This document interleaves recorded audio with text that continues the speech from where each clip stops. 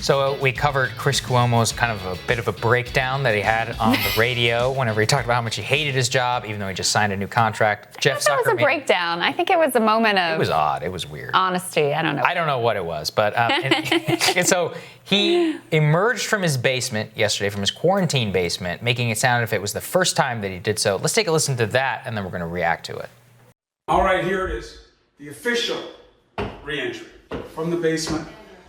Cleared by CDC, a little sweaty, just worked out, happens. This is what I've been dreaming of, literally for weeks. My wife,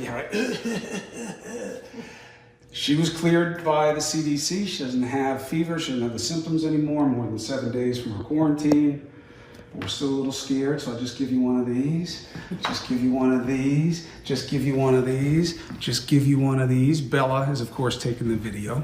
So you watch that clip, Krystal, and it makes it seem as if, like, oh, Chris is finally coming out of the basement. This is the first time. First look of him emerging ever officially. Happened. First look. I mean, first of all, I could never do something like that. It's so embarrassing. It's like fancy Southampton home. But, okay, that's not the weird part. The weird part is that's not the first time he's gone out of the basement. And we know that because of the altercation that he described in that radio interview that we talked about earlier, where he's like, I don't want to be standing on my lawn, somebody coming after me and, cursing at me. Got yelled at by a biker, yeah. So here's the thing. He already has publicly said that he broke quarantine on Easter Sunday to take his wife and children to look at an undeveloped property in East Hampton, New York, as all of us do on Easter Sunday. We go real estate prospecting in one of the richest places in America. I mean, who among us hasn't done that?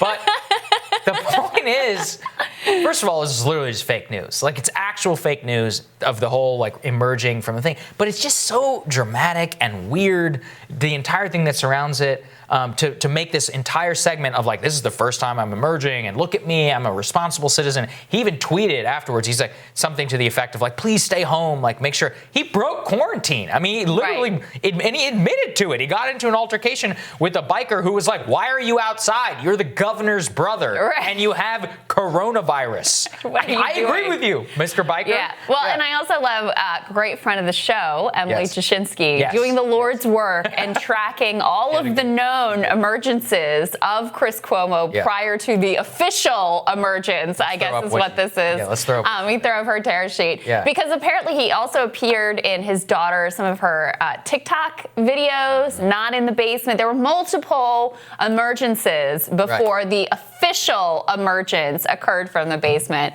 And I also just think it's funny. Look, I'm really glad that Chris is doing better. I'm glad that Brooke Baldwin is doing better, both of whom contracted coronavirus.